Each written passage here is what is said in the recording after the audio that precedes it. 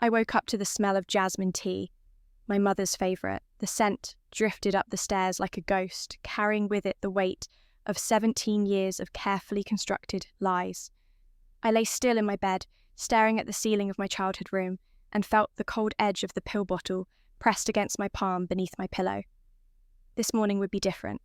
This morning, I was ready. Today was the university entrance exam, the most important day of my academic life, my mother had told everyone, the day that would determine my future. She was right, of course, just not in the way she thought.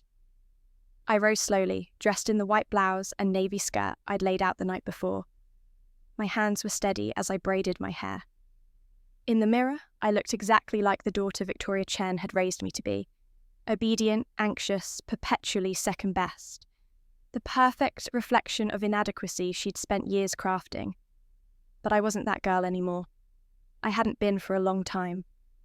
The first time my mother tried to poison me, I was 7 years old. I remember because it was the day of my elementary school spelling bee. I'd been studying for months, memorizing words until they danced behind my eyelids at night.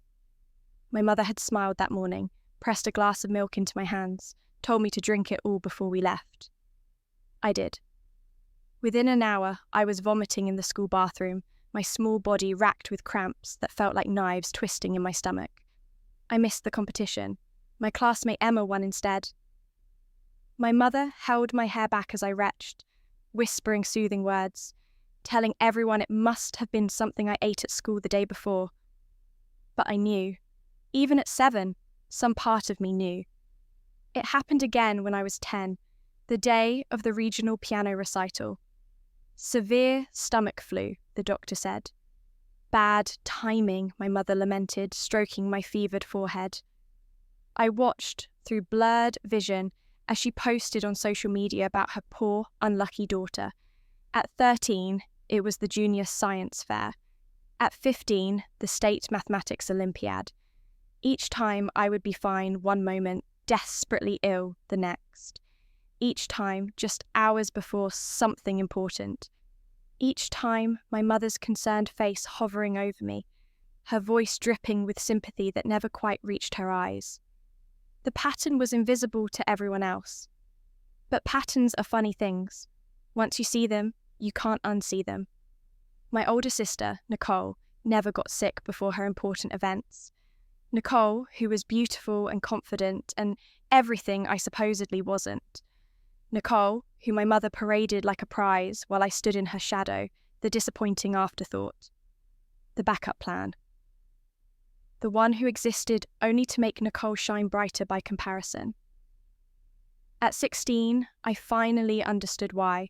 I'd woken up early one morning, drawn downstairs by voices.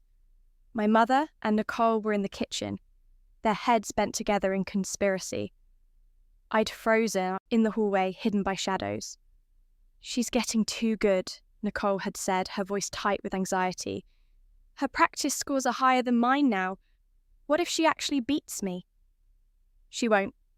My mother's voice had been cold, certain. "She never does. Don't worry about Jennifer. I'll handle it."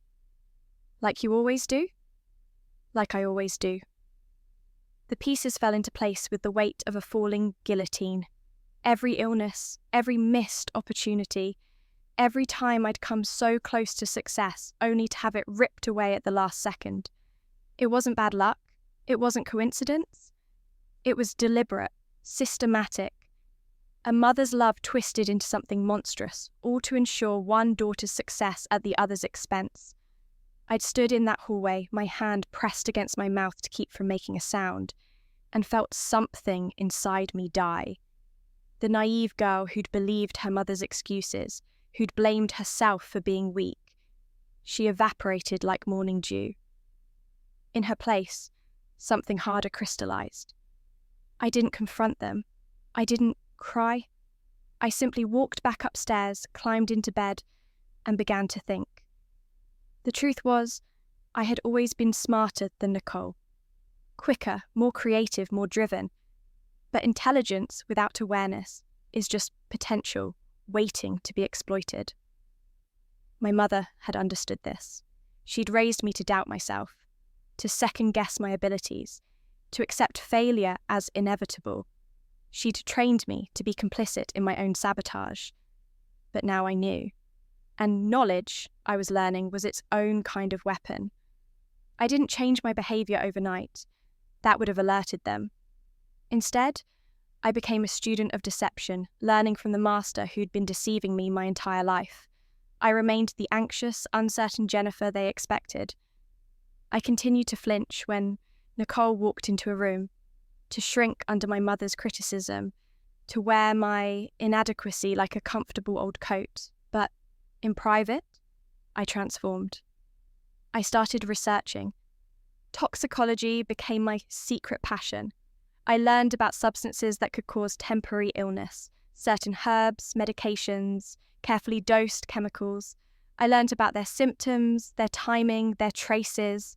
I memorized everything, cross-referencing it with my own medical history, with the pattern of my mysterious illnesses. The evidence was damning. The timing was too perfect. The symptoms too consistent. My mother had been drugging me for years, and she'd been smart about it. Nothing lethal, nothing that would leave obvious traces, just enough to ensure I'd fail when it mattered most.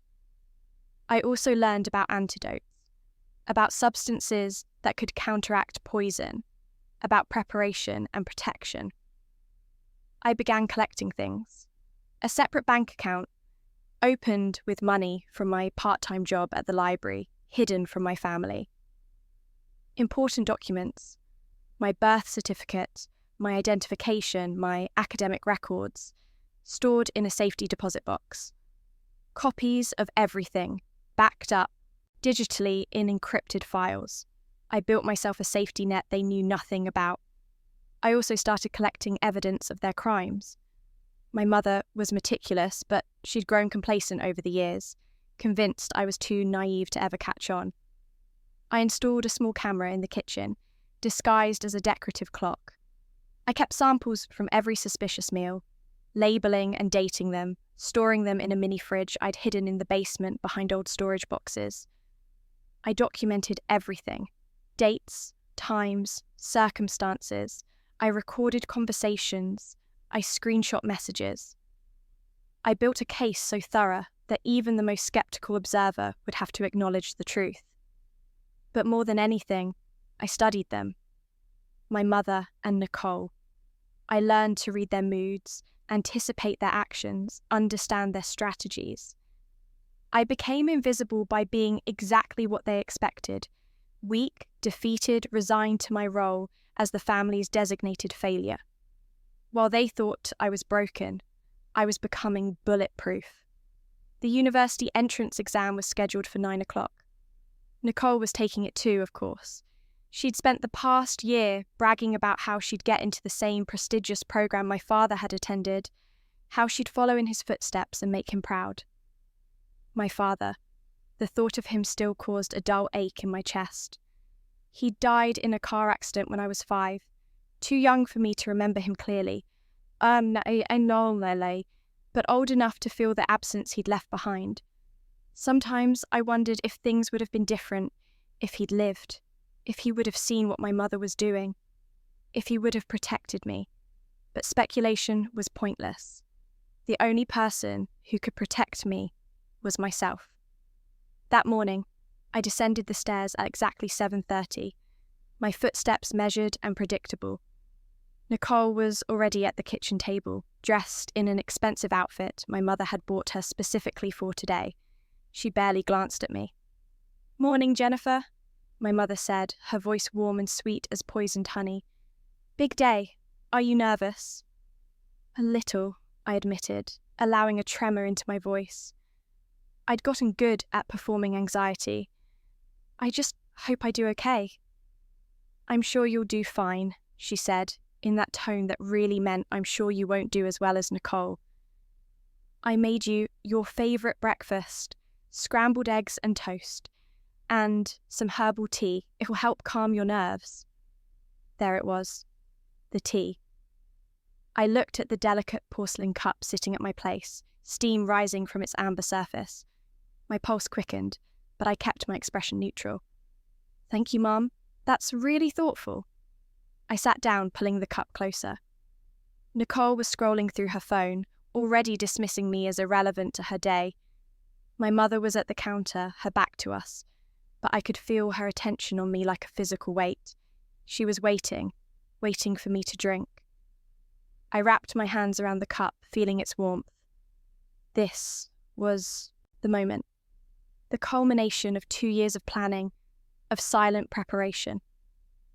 I thought about the pill bottle upstairs, the one I'd filled myself after months of careful research. The antidote, tailored specifically to counteract the exact mixture I knew she'd use today. I'd tested it on myself in small doses, gradually building up immunity. I'd prepared for this, but I'd prepared for more than just my own survival. I lifted the cup and took a small sip. The tea was bitter beneath the honey she'd added to mask the taste. I recognized the bitterness, a combination of herbs that would cause severe nausea and disorientation. Enough to ruin my exam, but not enough to require hospitalization. Just enough to ensure another failure. "It's good," I said softly. "Thank you." My mother turned, and for just a second, I saw something flicker in her eyes. Relief? Satisfaction? Then, her professional mask of maternal concern slipped back into place. "Finish it all, honey. You need to stay hydrated." I obeyed, drinking steadily until the cup was empty. I set it down carefully, exactly where I'd found it. "I should probably go get my things ready." "Of course. The exam starts in an hour and a half. We'll leave in 30 minutes. I nodded and stood, my legs steady beneath me despite what should have been poison coursing through my system. The antidote I'd taken an hour earlier was working perfectly. I climbed the stairs back to my room, closed the door, and allowed myself one moment of fierce, silent triumph. Then I got to work. The car ride to the testing centre was tense. Nicole sat in the front passenger seat, chatting confidently with our mother about her post-exam plans. I sat in back, staring out the window, waiting for the poison to affect me. It should have started by now. My mother kept glancing at me in the rearview mirror, her brow furrowing slightly. I could see the calculation in her eyes, the growing confusion. Why wasn't I showing symptoms? I let her wonder. I pressed my hand against my stomach, winced slightly as if feeling the first stirrings of nausea. Her expression cleared immediately, relaxing into satisfaction. "Jennifer, are you feeling all right?" "I'm fine," I said, injecting just enough uncertainty into my voice. "Just a little queasy, probably nerves." "Poor thing," Nicole said, not even bothering to turn around. "Try not to throw up in the car." "Nicole," my mother chided gently, but there was no real reproach in her tone. "Jennifer, we have some antacids in the glove box if you need them." The irony was almost beautiful. "I'll be okay. Thank you." We arrived at the testing centre with 20 minutes to spare. The parking lot was crowded with anxious students and hovering parents. I recognised several faces from my preparatory classes, all of us here for the same reason, competing for limited spots in the country's top universities. Nicole strode ahead, her confidence magnetic. People turned to look at her, to admire her. I followed behind like a shadow, exactly as I'd done my entire life. My mother walked between us, one hand on Nicole's shoulder, proprietary and proud. No one looked at me. No one ever did. Perfect. Inside the testing centre, we separated into our assigned rooms. I found my seat, number 47, in the middle row, and arranged my permitted materials with deliberate care. Pencils, eraser, identification, water bottle. Everything exactly as prescribed by the examination board. The proctor began explaining the rules. I listened with half my attention, the other half monitoring my body for any signs of the poison breaking through my defences. But the antidote held. My mind was clear, my hands steady. I was ready. The exam began. For the next 4 hours, I poured everything I had into that test. Every fact I'd memorized, every strategy I'd practiced, every skill I'd honed in secret while my family believed I was merely adequate. The questions flowed past like water, and I moved through them with the precision of someone who'd been preparing not just for months, but for years, for a lifetime. This wasn't just an exam. This was my declaration of independence, my proof that I had always been capable, always been strong, that my failures had never been mine. They'd been manufactured, imposed, forced upon me by someone who should have been my greatest champion. When the final bell rang, I set down my pencil and felt something shift inside my chest. Whatever happened next, I had done this. I had overcome not just the test, but everything that had tried to stop me from taking it. I walked out of that examination room with my head high. My mother was waiting in the parking lot, her face a mask of concern. Nicole stood beside her, scrolling through her phone with theatrical boredom. "Jennifer!" My mother rushed forward, grasping my shoulders. "Are you all right? You looked so pale this morning. How did it go?" "It went well," I said simply. "I felt fine once I started. I think it was just nerves after all." Something flickered behind her eyes. Confusion, suspicion, but she covered it quickly with a bright smile. "That's wonderful, honey. I'm so proud of you for pushing through." "How do you think you did?" Nicole finally looked up from her phone, her tone implying she expected nothing impressive. "I think I did okay." I kept my voice neutral, modest. Some of the questions were challenging, but I did my best. Nicole's expression relaxed. "Yeah, it was pretty hard, but I felt really good about my answers. I'm pretty sure I aced it." "I'm sure you did," my mother agreed warmly. Then, almost as an afterthought, "Jennifer did her best, and that's what matters." The familiar dismissal, the casual diminishment. I absorbed it without flinching, let it roll off me like water off stone, because for the first time in my life I knew it was meaningless. Their opinions of me had no bearing on reality. They'd been wrong about me for 17 years, and they were about to discover just how wrong. But not yet. Not today. We drove home in silence, broken only by Nicole's chatter about her friends and plans for celebrating. I stared out the window and thought about what came next. The scores would be posted in 2 weeks. 2 weeks of maintaining my performance, of continuing to be the Jennifer they expected. I could manage that. I'd been doing it for years. That evening, I couldn't sleep. Not from anxiety, but from the electric current of readiness that hummed through my veins.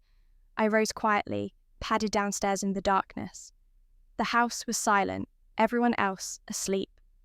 In the kitchen, I stood where my mother had stood that morning, imagining her hands preparing my poisoned tea. How many times had she done this? How many opportunities had she stolen from me? How many versions of myself had she killed before they could fully bloom? I opened the cabinet where she kept her special herbs and teas. My camera had caught her taking something from here this morning. A small jar pushed to the back, hidden behind everyday items. I pulled it out now, examined it in the dim light from the window. The label was handwritten, innocuous, calming blend. But I knew what was really inside. I'd tested it weeks ago, confirming my suspicions. This was her weapon of choice, refined over years of use into the perfect sabotage tool. I thought about destroying it, throwing it away, eliminating the evidence. But that wasn't my plan. I'd need this jar exactly where it was for what came next. Instead, I carefully removed a sample and sealed it in a small vial I'd brought downstairs. Another piece of evidence for my collection. Then I returned the jar to its hiding place, arranging everything exactly as I'd found it.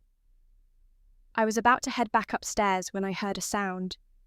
Footsteps. I froze, my hand still on the cabinet door. My mother appeared in the doorway, her silhouette backlit by the hallway light. "Jennifer, what are you doing up?" My mind raced, but my voice stayed calm. "I couldn't sleep. I was going to make some tea. She moved into the kitchen, her eyes sharp despite the late hour. Did the exam stress you out? Maybe a little. I closed the cabinet carefully. But I think I did well, better than I expected. A long pause. Her gaze swept over me, assessing.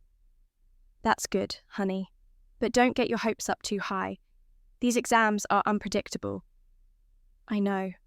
I met her eye steadily. But I think I might surprise everyone this time. Maybe. But her tone said otherwise. She believed the poison had worked, just more subtly than usual. She believed I'd been compromised enough to fail, even if I hadn't collapsed entirely. Well, get some sleep. You look tired. Good night, Mum. Good night, Jennifer. I climbed the stairs slowly, feeling her eyes on my back. She was worried. Good. She should be. The next 2 weeks passed in strange suspension. Life continued, normally. School, homework, family dinners where Nicole dominated every conversation while I faded into the wallpaper.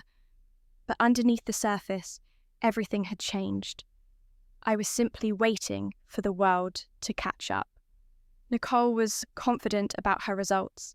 She'd already started planning her university wardrobe, talking about dorm decorations, researching clubs to join. My mother encouraged every word, beaming with anticipated pride. I said little. I went through my days quietly, but inside I was preparing for the earthquake. I also did something else during those 2 weeks. I scheduled an appointment with a family lawyer, using money from my secret account. I brought all my evidence, the videos, the samples, the documentation of every incident over the past decade. The lawyer, a sharp-eyed woman named Ms. Rodriguez, listened to my story with increasing horror. This is child abuse, she said flatly when I finished. Systematic poisoning. You could press criminal charges. I know. I folded my hands in my lap. But I need advice on something else first. I need to know how to legally separate myself from my mother and ensure she can't control any aspect of my future, financially, academically, medically. I need to be completely independent the moment I turn 18. That's in 2 months, correct? Yes. Ms. Rodriguez nodded slowly. We can do that. And Jennifer, you're going to need all this evidence not just for emancipation, but for protection.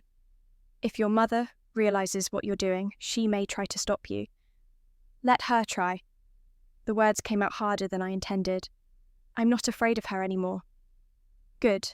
You shouldn't be. She paused. But you should be careful. Cornered people do dangerous things. I thought about that conversation often over the following days. Was I putting myself in danger by planning my escape so carefully?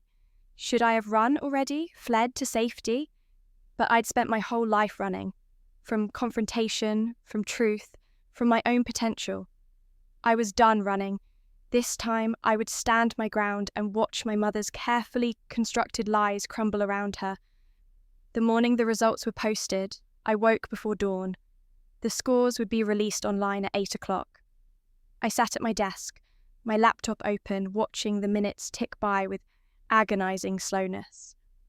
My heart was pounding, but not from fear, from anticipation, from the certainty of what was coming. 7:59, 8 o'clock. I refreshed the page.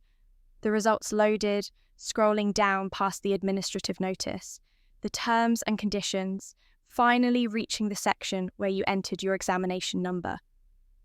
I typed in my number with steady fingers. Hit enter. The screen loaded. Score 98.7 out of 100. Rank 3rd nationally. I stared at the numbers, and something fierce and bright bloomed in my chest. Not surprise. I'd known I'd done well, but seeing it confirmed, seeing the proof that I was extraordinary when given a fair chance, that was different. That was vindication. I pulled out my phone and took a screenshot, then logged out and stood up. Downstairs, I could hear my mother and Nicole stirring. They'd be checking the results soon too. I wondered what Nicole's score would be. She was smart, but not as smart as she believed. Without our mother sabotaging me, without the artificial advantage, how would she measure up? I was about to find out. I descended the stairs at my usual time, dressed and ready for school. In the kitchen, Nicole was already at her laptop, my mother hovering behind her shoulder. 91.5, Nicole breathed. I got 91.5. That's wonderful, darling, my mother embraced her. That's an excellent score. You should be so proud. What's my rank?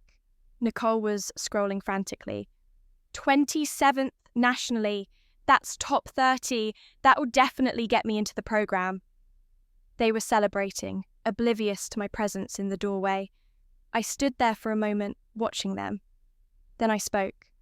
Congratulations, Nicole. That really is a great score. They both turned, seeming to remember I existed. Oh, Jennifer! My mother's smile was patronizing. Have you checked your results yet? I have. And? How did you do? I could have been cruel. I could have let them check the rankings and discover the truth themselves. But I'd spent years having my victories stolen from me. This one, I would claim myself. I scored 98.7, third in the country. The silence that followed was absolute. Nicole's mouth fell open. My mother's face went completely blank, then cycled rapidly through disbelief, confusion, and something that looked almost like fear. That's not possible, Nicole said finally. You're lying. Check the rankings, I suggested mildly. My mother's hand shook as she reached for Nicole's laptop. She pulled up the national rankings, scrolled to the top. There it was. My name. Jennifer Morrison, third place, 7 points higher than Nicole. I don't understand, my mother whispered. How did I do so well? I finished for her. The same way I would have done well on every test, every competition, every opportunity you sabotaged over the past 10 years, by being capable, by being smart, by being everything you never allowed me to be. Jennifer, don't. My voice cut through her attempt to speak. I know what you did, Mum. I've known for 2 years. Every illness, every mysterious stomach flu, every time I failed right when it mattered most. It was you. You poisoned me. You drugged me. You systematically destroyed my chances at success just to make sure Nicole always won. Nicole made a sound like a wounded animal. That's insane. Mum would never. Wouldn't she? I turned to my sister. You knew.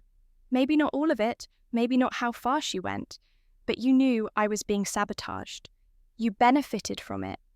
Every trophy you won, every award you received that should have been mine, they were handed to you by a mother who loved you so much she was willing to abuse another child to ensure your success. You have no proof, my mother said, but her voice was thin, desperate. You're making wild accusations. I have proof. I met her eyes, let her see that I wasn't the naive girl she'd raised. I have video of you preparing the poison. I have samples of the substances you used, labelled and dated. I have medical records showing a pattern of illness that always coincides with important events. I have recordings of you and Nicole discussing your plans to handle me. I have everything, and it's all safely stored where you can't destroy it. The colour drained from her face completely. I took your tea the morning of the exam, I continued. I drank it all, just like you wanted. But this time, I'd already taken the antidote. This time, I was protected.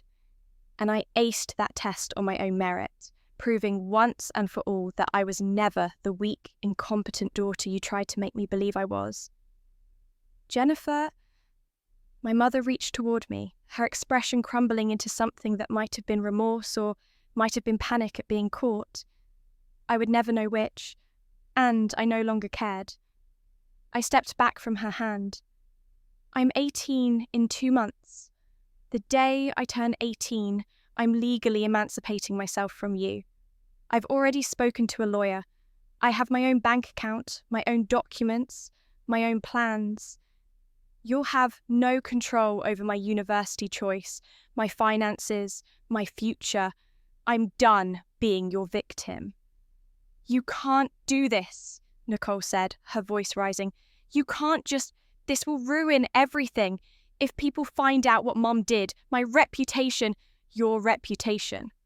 I looked at her, this sister who'd never once stood up for me, who'd watched me suffer and said nothing because it benefited her.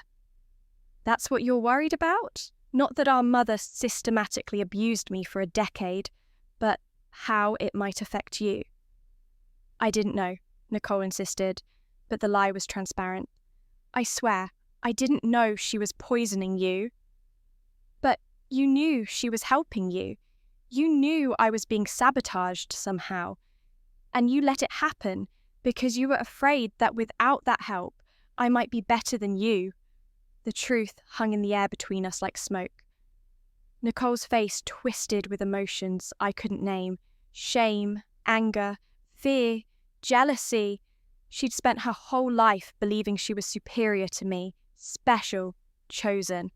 Now she had to face the possibility that it had all been artificial, that without our mother's intervention, I had always been the stronger one. "What are you going to do?" my mother asked quietly. "Are you going to the police?" "No." I'd thought about this carefully. "I'm not going to destroy you, Mum. I'm not going to press charges or expose you publicly. Not because you deserve mercy, but because I don't need revenge. All I need is freedom. Stay out of my life. Let me go without interference, and your secret stays with us." "That's blackmail," Nicole spat. "No," I corrected. "That's mercy. Real blackmail would be threatening to expose her unless she does what I want. I'm offering silence in exchange for nothing except being left alone. She can accept it or refuse it, but either way, I'm leaving. The only question is whether she faces consequences for her actions." My mother sank into a chair, her face in her hands. "I did it for Nicole. I did it because she needed you to believe in her without tearing me down. She needed a mother who could love both her daughters instead of forcing them into competition. But that's not who you are, and it's too late to change now." I picked up my backpack. "I have school. By the time I get home, I expect you both to have decided how you want this to proceed. Clean slate and separation, or exposure and consequences. Your choice." I walked toward the door, then paused. "Oh, and Mum? Stop making that special tea. I know where you keep it, I know what's in it, and I have enough evidence to prove what it's been used for. If I ever get sick mysteriously again, if anything happens to me at all, everything goes to the police. Automatically. I've made arrangements." I didn't wait for a response. I simply left, closing the door behind me on the life I'd been trapped in for 17 years. The next few weeks were strange. My mother and Nicole didn't fight my conditions. They agreed to my terms with a resigned silence that felt like defeat. We existed in the house like ghosts, orbiting each other without truly connecting. Nicole stopped bragging about her exam score after it became public knowledge that I'd placed 3rd nationally. People at school who'd never noticed me before suddenly wanted to know everything: how I'd studied, what my secret was, whether I'd always been this smart. I answered politely, but gave away nothing. They'd had 17 years to notice me, and they hadn't. Their sudden interest meant nothing. The university acceptances came in mid-October. I was offered a full scholarship to the country's most prestigious program, the one my father had attended. Nicole was accepted too, but without scholarship support. The difference felt poetic. When I showed my mother the acceptance letter, she nodded and said, "Congratulations." Nothing more. The warmth she'd always showed Nicole, the pride and excitement, none of it appeared for me. But I didn't need it anymore. I'd learned to cultivate those feelings within myself. On my 18th birthday, I signed the emancipation papers Ms. Rodriguez had prepared. My mother didn't contest them. She signed where required with a trembling hand and didn't meet my eyes. That night, I packed my things. Not much. I'd been gradually moving my important possessions to a storage unit for months, preparing for this moment.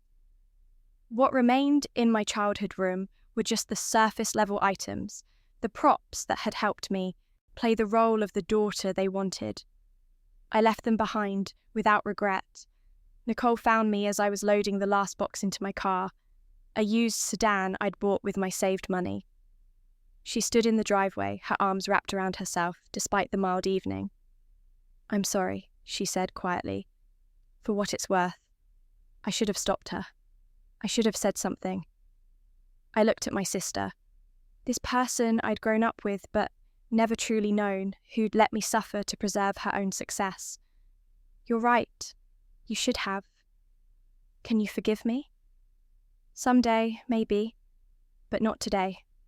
Today, I need to focus on building my own life, away from all of this."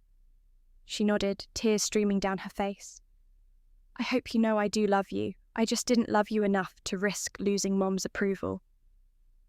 "I know." It was the most honest she'd ever been with me. "But, Nicole, that's not love. That's convenience. Real love would have protected me. Real love would have chosen truth over comfort." I got in my car without hugging her goodbye. In the rearview mirror, I could see her standing in the driveway, small and alone. I didn't feel triumph watching her shrink in the distance, just exhaustion and relief. My mother didn't come out to say goodbye. I hadn't expected her to. University was everything I'd dreamed it would be.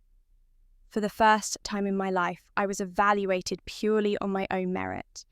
No one was sabotaging my food, drugging my drinks, undermining my confidence. I could simply be brilliant without apology. I made friends, real friends who knew me as Jennifer, not as Nicole's disappointing sister. I joined research programs, took advanced classes, pushed myself academically without fear. My grades reflected what I'd always been capable of when given a fair chance. Excellence. In my second semester, I met Professor Walsh, who specialised in toxicology. When she learned about my unusual interest in poisons and antidotes, she asked me why I'd chosen to study the field. I told her a carefully edited version of the truth. That I'd once known someone who'd been poisoned repeatedly and gotten away with it, and I wanted to ensure I could recognise and prevent such abuse in others. "You want to protect people," as she said. "I want to make sure no one else has to protect themselves the way I did." She invited me to join her research team. I accepted. It felt right, transforming my trauma into purpose, turning the weapon that had been used against me into a tool for healing others. I didn't go home for holidays. My mother sent cards, stilted, formal things that mentioned the weather and asked generic questions. I responded politely, but briefly. Nicole tried harder, sending longer letters that attempted to rebuild what had been broken. I read them, but rarely replied. Maybe someday we could be sisters again. But that day was still far in the future. I built a new life from nothing, stone by stone. I made it exactly what I wanted it to be, beholden to no one, compromised by nothing.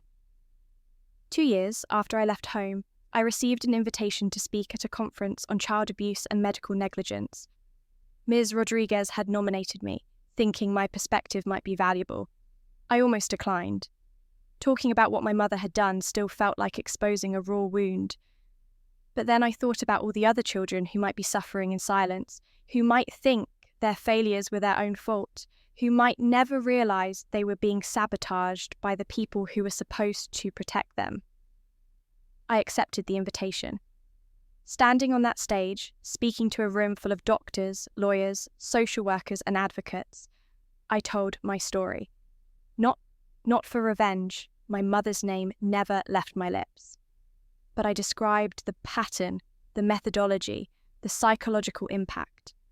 I explained how abusers use subtlety to avoid detection, how they manipulate their victims into doubting their own perceptions. I talked about recovery, about reclaiming your identity after someone has spent years trying to erase it, about the importance of evidence, of preparation, of believing yourself even when everyone else tells you you're wrong. When I finished, the applause was overwhelming, but more than that, people came up to me afterward. Survivors, professionals, parents who'd suspected something but hadn't known how to prove it. They thanked me for putting words to their experiences, for offering hope that escape and healing were possible. That's when I understood the real victory wasn't my exam score or my university placement. It was this, the ability to transform suffering into strength, to use my story as a light for others, still trapped in darkness. My mother had tried to make me small, forgettable, perpetually second best. Instead, she'd forged me into someone unbreakable. 5 years after I left home, Nicole called me. It was the first time we'd spoken directly since the driveway goodbye. "I wanted you to know that Mum is sick," she said without preamble. "Cancer, stage 3. She's starting treatment next month." I waited for the stab of emotion. Guilt, grief, satisfaction, anything. But there was only a distant sadness, the kind you feel hearing about strangers' misfortune. "I'm sorry to hear that," I said. And I was. In the way you're sorry about any suffering in the world. But it didn't touch me personally. The woman dying of cancer was a stranger wearing my mother's face. "She wants to see you," Nicole continued. "She wants to apologize." I stood at my apartment window, looking out over the city I'd made my home. In the reflection, I could see the woman I'd become, confident, accomplished, free. Nothing like the girl who drunk poisoned tea and smiled through the pain. "What do you want, Nicole?" A long pause. "I want you to come home. I want us to be a family again. I know what she did was unforgivable, but she's dying, Jen. Doesn't that change anything?" "It changes that she's running out of time to face what she's done. It doesn't change what she did." "So you won't come?" I thought about it carefully. Part of me wanted to refuse, to let my mother die without the absolution she was seeking. That would be justice, wouldn't it? Letting her face the end with the weight of her crime still heavy on her conscience. But I'd spent 5 years building a life based on my own choices, not reactions to hers. If I refused out of spite, I'd still be letting her control me, just in a different way. "I'll think about it," I said finally. "But Nicole, if I come, it's not for her, and it's not to give her forgiveness she hasn't earned. It would be for me, to close a chapter on my own terms." "That's fair," Nicole said quietly. "I've been in therapy, for 3 years now, working through my part in all of it. I know saying sorry doesn't fix anything, but I am. Sorry, for all of it." "I know." And I did. I could hear it in her voice, the weight of genuine remorse. "I'm glad you're getting help. Maybe we could talk sometime? Not about Mum or the past, just talk, like normal sisters." "Maybe," I said, and found that I meant it. "Someday." We said goodbye, and I stood at that window for a long time afterward thinking. I didn't go to see my mother. In the end, I realised that closure didn't require her presence. I'd already closed that door the day I drove away from my childhood home. What she wanted now, forgiveness, peace, reconciliation, those weren't things I owed her. She'd spent years stealing my peace. She could face her death without demanding I give it back to her. Instead, I wrote her a letter. Just one. "Mum, I hope your treatment goes well. I hope you survive this. Not because I've forgiven you or because I want a relationship with you, but because I've learned that other people's suffering doesn't heal my own wounds. I've spent 5 years building a life where I answer to no one, where my worth isn't determined by comparison or competition, where I'm free to be exactly who I am. It's a good life. a life you tried to prevent me from having. I'm not coming to see you because I don't need to. I've already said everything I needed to say to you. You know what you did. You know why it was wrong. You'll have to find peace with that on your own. But I want you to know something. I won. Not because you're dying, or because I outscored Nicole, or because I escaped your control. I won because I took everything you tried to use to destroy me and transformed it into strength. You tried to poison me, and instead you immunized me against ever being anyone's victim again. I didn't destroy you. I outgrew you. Jennifer, I mailed it and felt nothing but lightness afterward. My mother survived the cancer, I learned later through Nicole. She went into remission, returned to her life. We never spoke again. Sometimes I'd see updates through Nicole. She'd taken up gardening, she'd adopted a rescue dog, she was volunteering at a community centre. She was living the quiet life of someone who'd lost everything that mattered and was learning to exist in what remained. I graduated top of my class, published research papers on poison detection and treatment, started consulting with law enforcement on suspected poisoning cases, helped convict 3 people of attempted murder through medical evidence, saved countless lives by teaching doctors to recognise the signs of systematic poisoning. I built something beautiful from something ugly, and I did it entirely on my own terms. Years later, standing in my laboratory, I sometimes thought about that morning, the jasmine tea, the antidote hidden in my palm, the choice to drink poison because I'd already made myself immune. It felt like a metaphor for everything that came after. Life kept offering me poison in different forms, but I'd learnt to recognise it, to protect myself, to transform it into something that couldn't harm me. My mother had tried to teach me that I was weak, that I deserved to fail, that my role was to be diminished so others could shine. Instead, she taught me that I was strong enough to survive anything, that preparation and knowledge were power, that the only person I needed to believe in me was myself. I didn't need her to apologise, to acknowledge what she'd done, or to finally see my worth. I'd always been worthy. I'd always been extraordinary. I just had to stop letting her poison convince me otherwise. And now, finally, I was free.